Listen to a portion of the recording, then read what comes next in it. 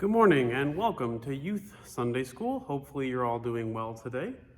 We're now in the month of February, and our lectionary passage for today that I'm going to talk about is from Mark's Gospel, and in it, Jesus does a lot of healings, and then at the end, he does something unexpected. He just keeps on going about his business. He doesn't stay, he doesn't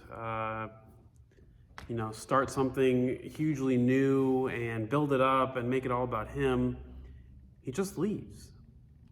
And his disciples even say, like, hey, all these people are here. They want to hear you. They want to be around you. They want, all this different stuff. What are you going to do? And Jesus just leaves. And it made me wonder if you are ever expected to do something.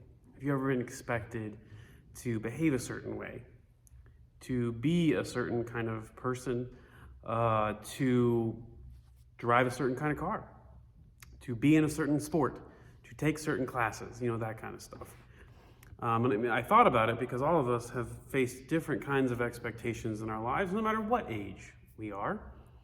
And,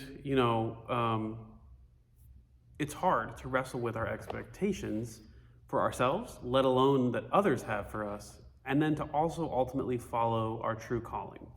Because what's fascinating about Jesus is that he seems to be able always to avoid the temptation of the expectations of others. He doesn't give in to how great everybody thinks he is. He doesn't give in to how much everybody is trying to puff up his ego with, like, you healed all these people and you made all this bread show up. Jesus always stays true to the course and the calling that has been placed upon him. And that can be hard, I think, for us to do. And sometimes it takes us a while to find our calling, but sometimes we know where we feel called and we don't follow that path because somebody else thinks this is where we should go. When I was in fifth grade, I don't know about you guys, but when I was in fifth grade, we had to do a big project on what you want to be when you grow up. And so we would sit there and think about, as fifth graders who know so many things, obviously, what we wanted to be when we grow up. And I was like, I want to be a marine biologist. And I think I was 11 or 12 at the time. I think we had gone to SeaWorld on a vacation maybe or something, and I'd seen dolphins, I don't know. And I thought to myself, marine biology, that's what I want to be. And ultimately that was really not even close to where I ended up, obviously. But where I thought I was headed at some point was in the career in medicine in some capacity, whether it was as a doctor or a pharmacist, something involving health and helping others. And that was closer. The idea of helping others was in there, but healthcare, not so much what I do these days. But I think part of it were the expectations of what it meant to do something and ignoring the calling, that God had placed upon me. And so it took a while for me to really figure out that's what I wanted to do. This is where I was called to be as a pastor, because I had to fight the expectation and do something unexpected. I had to tell my parents, I think I want to be a pastor. I think God's calling me to ministry. I had to go to school. I had to talk to my friends who were like, you're going to be a minister? And all this different stuff. Because it's hard to go against those expectations. That's the plot of so many movies. When I was a kid, High School Musical was a big deal, speaking of fifth grade. And I think I was in like fifth, maybe seventh grade when that came out. But High School Musical, the whole point of that thing is about defying expectations.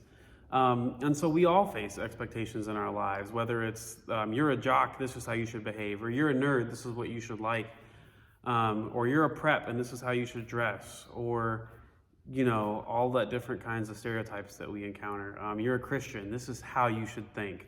That's a good one that I often encounter. And so how we face and tackle stereotypes and expectations placed upon us is ultimately up to us. And that's an example that Jesus sets for us, where he doesn't stay and take the easy route of building a little cult following and setting up some church in some town where he convinces everybody to join and give them all their money. He says, that's not what I'm here for. I'm going to go on, keep going, following God where I am called. I'm not going to stay here with your expectations of, whatever you think I should be. And that's ultimately what I think we learn the most from Jesus, is that he is able to resist that and give us the strength to resist that as well.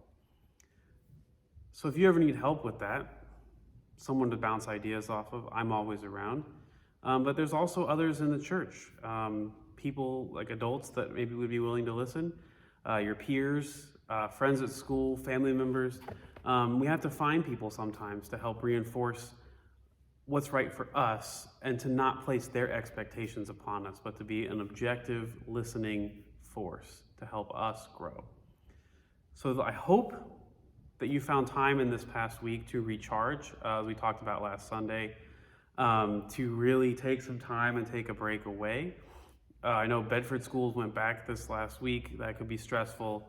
So hopefully in the midst of all that, you found time to recharge fully, not just give yourself that 20% we talked about.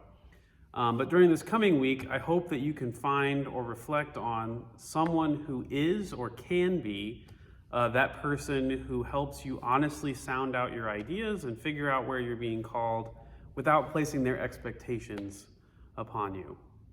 So may you be watched over in your journey. May you be strengthened to resist the expectations, and hopefully, you continue to find time to recharge yourself each and every week and each and every day. Amen.